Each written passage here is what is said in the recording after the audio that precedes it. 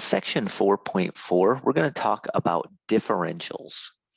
There's a lot of things that we could talk about differentials, but what we're going to mainly focus on is approximations. In essence, if I have a function, here I've graphed a function in red, I can approximate where the function is going to be using a tangent line. In other words, if you look real closely, this dot here is at some point whose y value is 4. If I go a little bit to the left or a little bit to the right of the function, the tangent line is really close to where the graph is. So the tangent line approximates the function's value when you're close to a point on the graph. As you get further and further away from the point, the tangent line generally does a worse job of approximating the value. So you can see when you're near this point, the tangent line does a pretty good job, but as you get further and further from the point, the tangent line does a worse job of approximating the function value.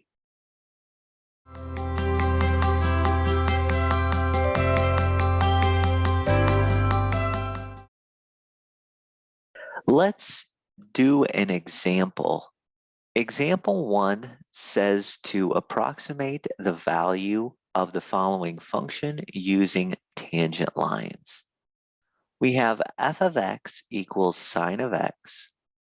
It asks us to approximate f of 0.1 using the tangent line.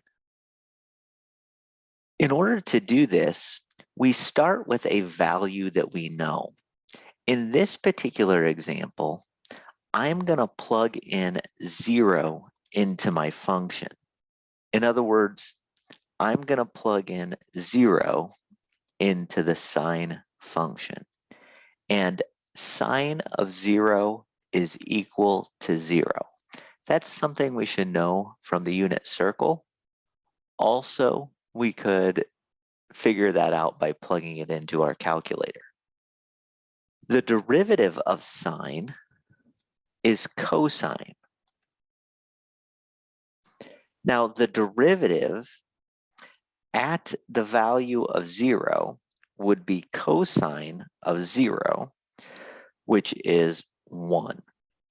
Therefore, what I have is at the x value of 0, the function is at 0.0, 0. And also, now I know that the slope of the tangent line at the point 0, 0 is 1. So I know that slope of the tangent line is 1, and the function is at 0, 0. Now, in this case, slope of the tangent line is 1 at the point 0, 0. That means if we are really close to the point 0, 0, in particular, if we're like at 0.1, then this tangent line, the line that goes through 0, 0 with slope 1, is going to approximate my function pretty well. And if you notice, at 0.1, the tangent line is going through the point 0.1, 0.1. So at the x value of 0.1, this is 0.1 from x equals 0. That means the corresponding y value approximation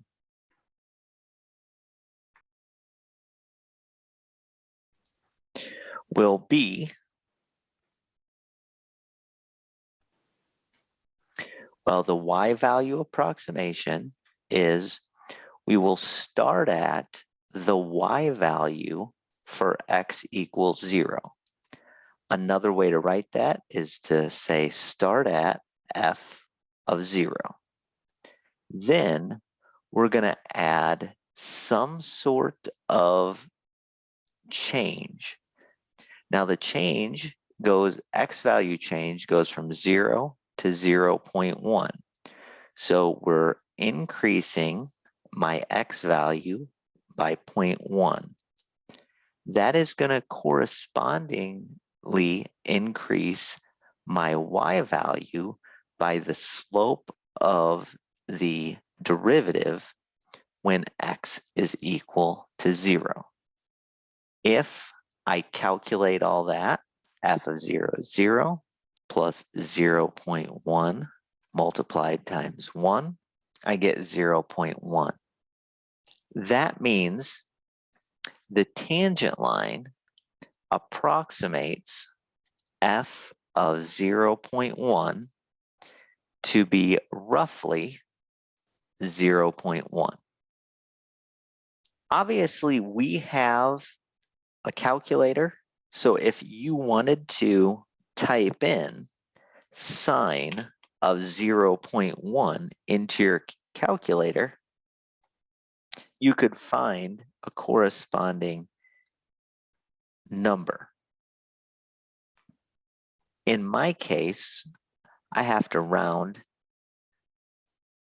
to a certain number of decimal places, but you get 0.0998833, etc., etc. I'll round to 4 decimal places. Notice that the calculator gives a very close number to what the tangent line approximation is. So the tangent line approximates to a very close number as our calculator does. I know what you're thinking. You're thinking, why not just plug this thing into the calculator? There are a couple of reasons why we want to understand approximation. One of the reasons that approximation has been a big part of mathematics is for historical reasons. Not always did we have a calculator to work with. So for historical reasons, people used to, and still do, approximate using the tangent line because the computing power wasn't always there. So for instance, if you were trying to find sine of 0.1 and you didn't have a calculator, well, it would be a very difficult task unless you knew something about sine. So for historical reasons, approximation has been very useful. The other reason why approximation is really useful is because there are scenarios in which we have nondescript functions, meaning I might not know what the polynomial function is. My function might not be well defined. In other words, maybe I have sort of a graph or an idea of what the function is doing, and I have to figure out where the function is headed off to, but I don't have an explicit definition of what the function is.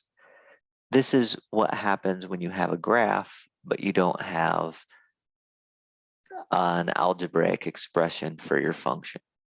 So if you don't have an algebraic expression, then approximation is really, really useful.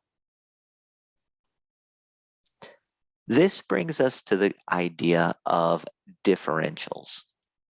Let y equals f of x be a differentiable function. We say the differential of x, which we denote as dx, is any non-zero real number.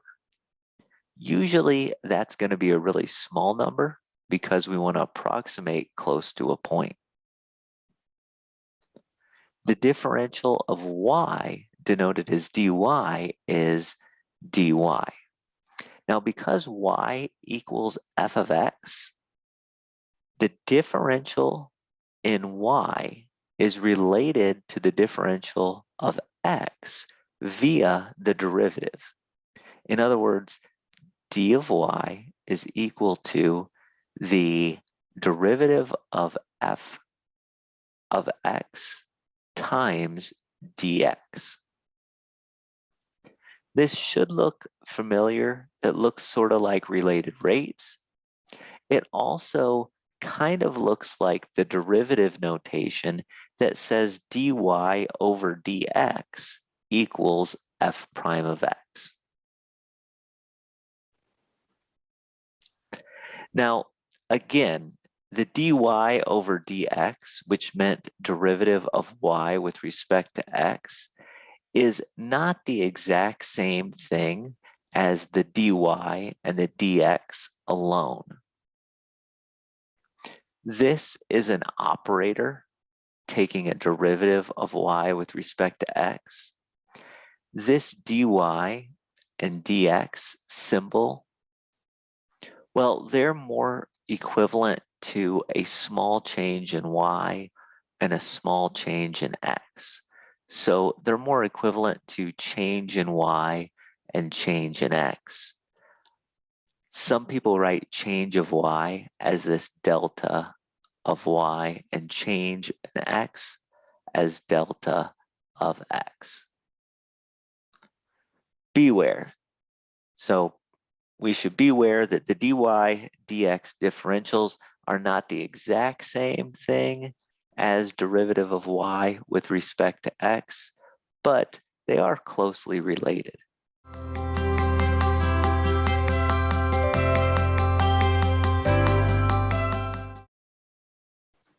Let's do an example of approximation utilizing these differentials. We want to consider a function g of x equals x cubed minus 2x. If you plug in 4 cubed minus 2 times 4 should give you 56.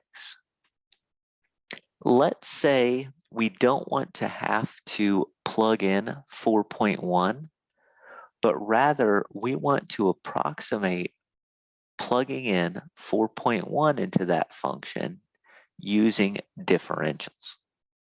How would we go about doing this? Let me show you how this works. The differentials, remember that we're going to imagine y equals g of x. Y equals g of x. That means the change in y, which we're going to call differential of y, dy, is equal to g prime of x times the change in x. Now, I know I'm going to let I'm going to let x equal 4. When x is equal to 4, g of 4, or y, becomes 56. We want to approximate 4.1 with differentials. So we're going to approximate 4.1 with differentials. What we're going to do is say, if I start at 4, what's going to happen with the dx and the g prime of x? So g prime, as you can see, is 3x squared minus 2 multiplied times dx.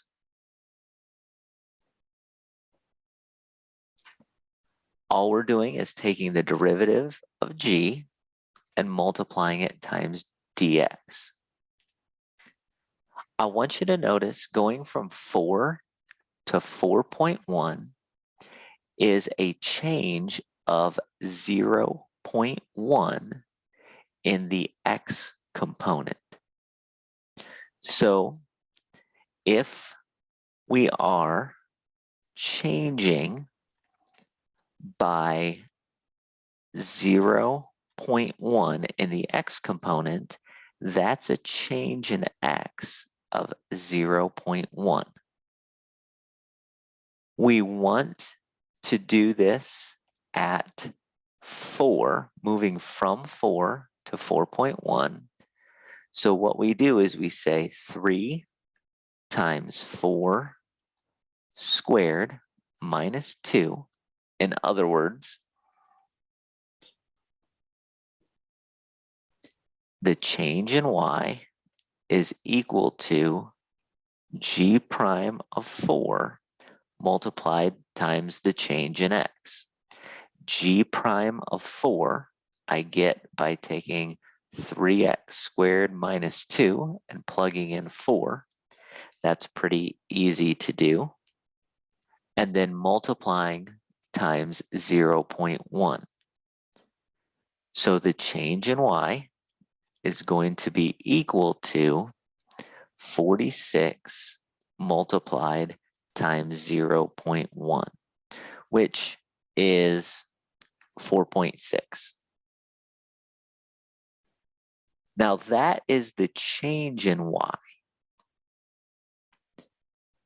This means if I wanted to approximate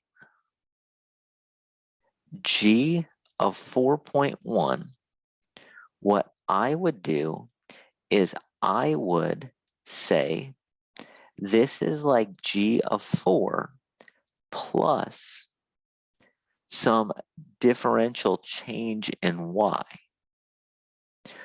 Well, we know what g of 4 is. G of 4 is 56. Now we know how much y should change. Y should change by approximately 4.6. I should really write the approximately sign there. And so if we're approximating, we should end up with 60.6. Now, just so that we can confirm this, if I were doing this on a calculator and approximating on a calculator, meaning rounding on a calculator, if I plugged in 4.1,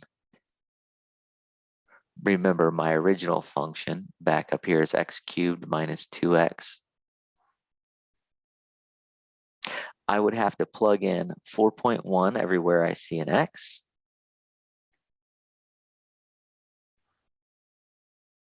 And then calculate. If I take 4.1 cubed minus 2 times 4.1, I get about 60.721. In fact, I get exactly 60.721. Notice how this differential approximated 4.1, or my output of my function at x equals 4.1, fairly closely. This is how approximations with differentials work.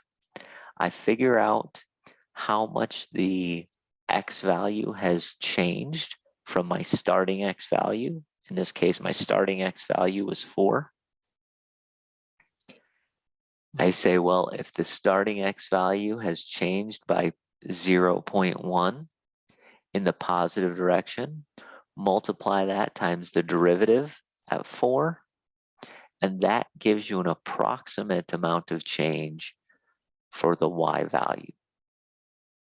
So if the x value changed by 0.1, the y value in this case changed by about 4.6. And then I can just add 4.6 to our starting y value here. That's the basic idea of approximation using differentials.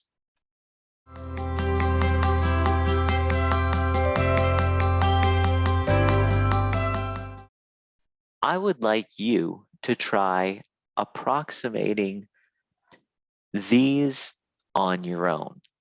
Given the function h of x, and by plugging in h of 3, I want you to approximate h of 3.1 and h of 2.95 using differentials. Go ahead and push pause, and then I will work this out on the next video.